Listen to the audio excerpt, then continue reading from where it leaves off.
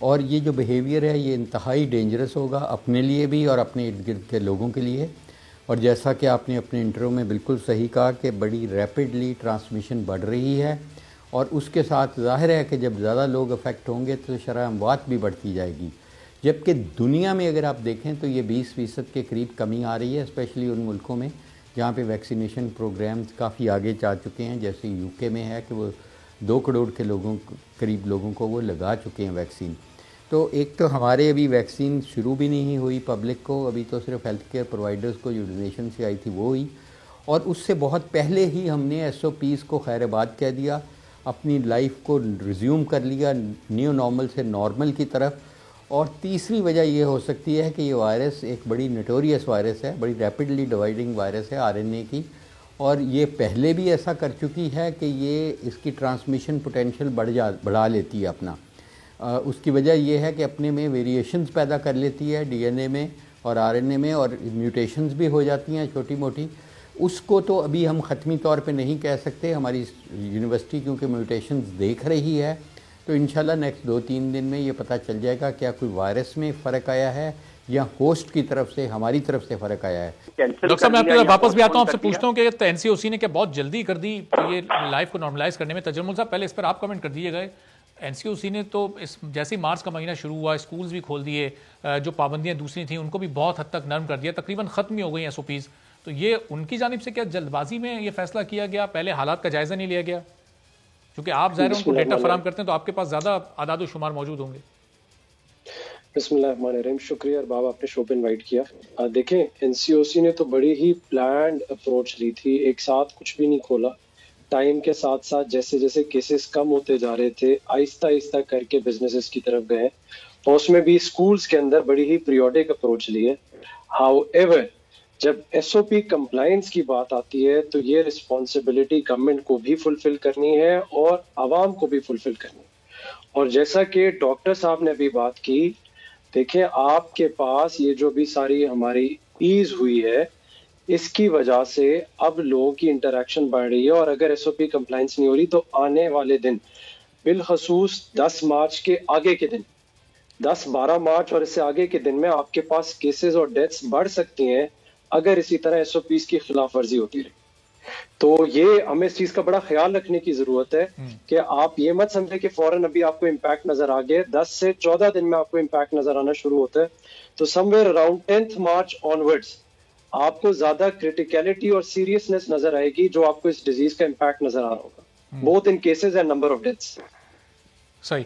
تو ڈاکٹر صاحب یہ ظاہر ہے ویکسین تو ابھی عام آدمی تک پہنچی بھی نہیں تھی، تو عام آدمی کے پاس تو صرف SOPs کو ہی فالو کرنا ایک ہتھیار ہے، کیونکہ یہ تو صرف فرنٹ لائن ہیلتھ ورکرز کو ویکسین لگائی جا رہی تھی یا پوری دنیا میں کچھ VIPs کو لگ رہی ہے.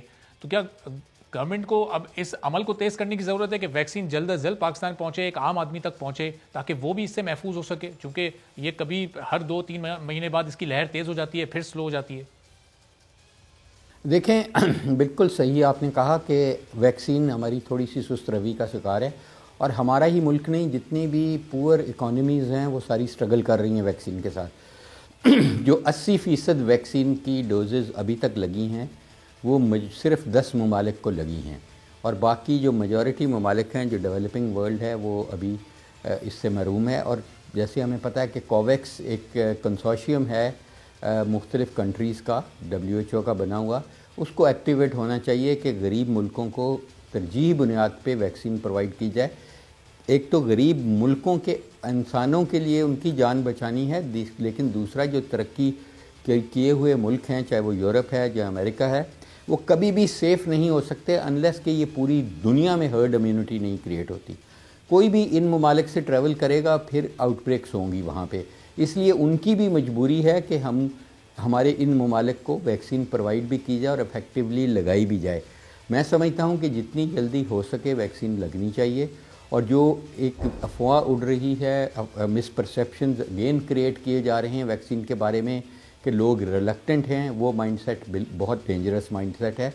ہم نے الحمدللہ 18,000 والنٹیئرز کا ٹرائل کمپلیٹ کیا، اور ویکسین کی ٹالریبلٹی ہم نے ایکسیلنٹ پائی. کوئی بھی ایسا سیریس ایڈورس ایونٹ نہیں ہوا، کوئی ہاسپٹلائزیشن نہیں ہوئی، اور جو اس کی ایفیکیسی تھی ویکسین کی وہ یہ تھی کہ 100% 100% لوگوں میں اس نے پریونٹ کی سیریس ڈیزیز یا ڈیتھ، اور تقریباً 77% میں وائرس کی انٹری ان کی باڈیز میں بھی پریونٹ ہوئی.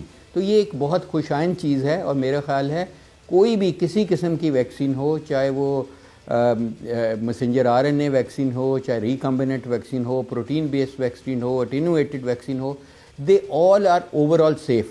لیکن میں ایک کوشچن بتاتا چلوں، کوئی ویکسین دنیا میں ابھی تک دریافت نہیں ہوئی جو 100% افیکٹو ہے.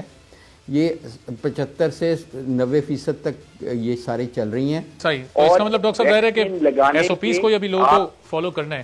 اور ویکسین لگانے کے کم از کم آپ جو کو تھوڑی بہت جو امیونٹی ملتی ہے پہلی ڈوز کے بعد، وہ تقریباً 1 ماہ چاہیے اس کو، آپ کی اینٹی باڈیز اس لیول پہ آنے پہ، اور دوسری ڈوز کے بعد پھر 1 ماہ چاہیے. تو یہ ویکسین کے بعد بھی اگر یہ لگ بھی جائے تو SOPs کا تو ہمیں دامن ہاتھ سے نہیں چھوڑنا چاہیے. بالکل. اور 2 دن میں ظاہر ہے بہت خطرناک اعداد و شمار بھی سامنے آئے. تو تجمل صاحب، یہ 2 دن کے اعداد و شمار کی بیس پہ اگر آپ کو ایڈوائز کرنا ہو NCOC کو، تو آپ کیا ایڈوائز کریں گے؟ کہ ان کو ری وزٹ کرنا پڑے گا اپنی پالیسیز کو، جو پابندیوں میں وہ نرمی لائیں؟ کیا دوبارہ سے ان SOPs کو تھوڑا سا سخت کرنا پڑے گا عام لوگوں کے لیے؟ گیدرنگس کی اجازت دے دی گئی تھی، PSLU ہاؤس میں بھی کراؤڈ آ رہا تھا، چاہے 20% ہی آ رہا تھا، اس نے بھی کہیں کسی حد تک افیکٹ کیا ہوگا اس پوری صورتحال میں؟ جی، یہ پلان کا حصہ ہے کہ یہ ہماری جو پالیسیز میں نرمی ہے اور اس کا امپیکٹ جو ہے یہ بار بار ٹریٹ ہوتا رہے گا. 10 مارچ کو آلریڈی NCOC نے اس کا ایک سیشن پلان کیا ہوا ہے ٹو ریویو دا پالیسی. اس کے ساتھ ساتھ جس طرح ڈاکٹر صاحب کہہ رہے تھے، SOP کمپلائنس اور نارمیلٹی کی بات 4 سال بعد ہو سکتی ہے. 3-4 سال تک ہمیں ابھی اسی طرح اس کو دیکھنا پڑے گا ڈیزیز کو، کہ اس کی کیا فارم چینج ہو رہی ہے، یا ہمیں اس کے اکارڈنگلی اپنی لائف سیٹ کو کس طرح آگے بھی ایڈجسٹ کرتے رہنا. صحیح. بہت بہت شکریہ تجمل حسین صاحب. ڈاکٹر جاوید اکرم موجود تھے. اور SOPs کو بہرحال ابھی بھی فالو کرنے کی بہت ضرورت ہے، چونکہ کوئی ایسی ابھی تک ویکسین دریافت نہیں ہو سکی جس کا رزلٹ 100% ہو. پروگرام میں آگے بڑھتے ہیں، اور ہمارے ملک کے اندرونی حالات جو بھی ہوں، لیکن دشمن کو منہ توڑ جواب دینے کی جب بھی بات آتی ہے تو ہماری پوری قوم، چاہے وہ ایک عام آدمی ہو، وہ کوئی سیاستدان ہو، وہ ملک سے باہر رہنے والے پاکستانی ہوں، وہ سب کے سب ایک اور متحد ہو جاتے ہیں. اور اسی لیے اس بار یوم پاکستان کو ایک قوم ایک منزل کے سلوگن سے منانے کا اعلان کیا گیا ہے. دیکھیے کیا اعلان کیا گیا.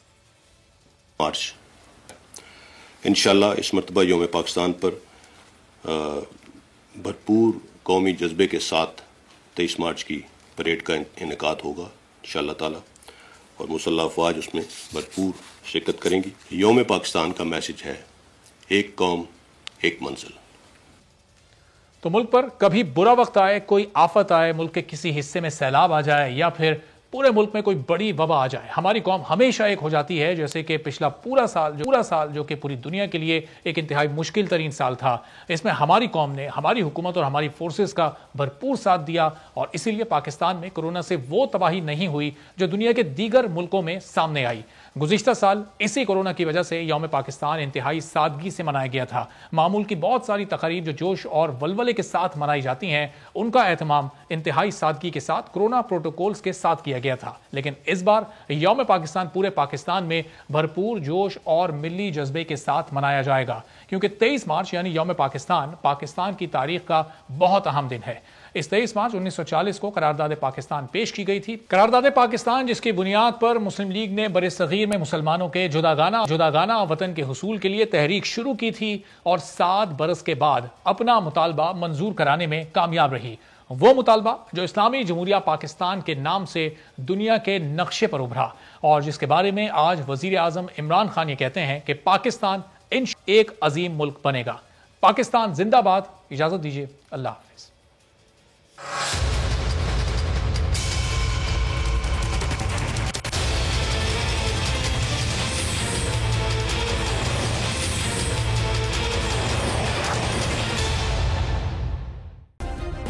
سبسکرائب کریں اور بیل دبائیں تاکہ کوئی خبر رہ نہ جائے.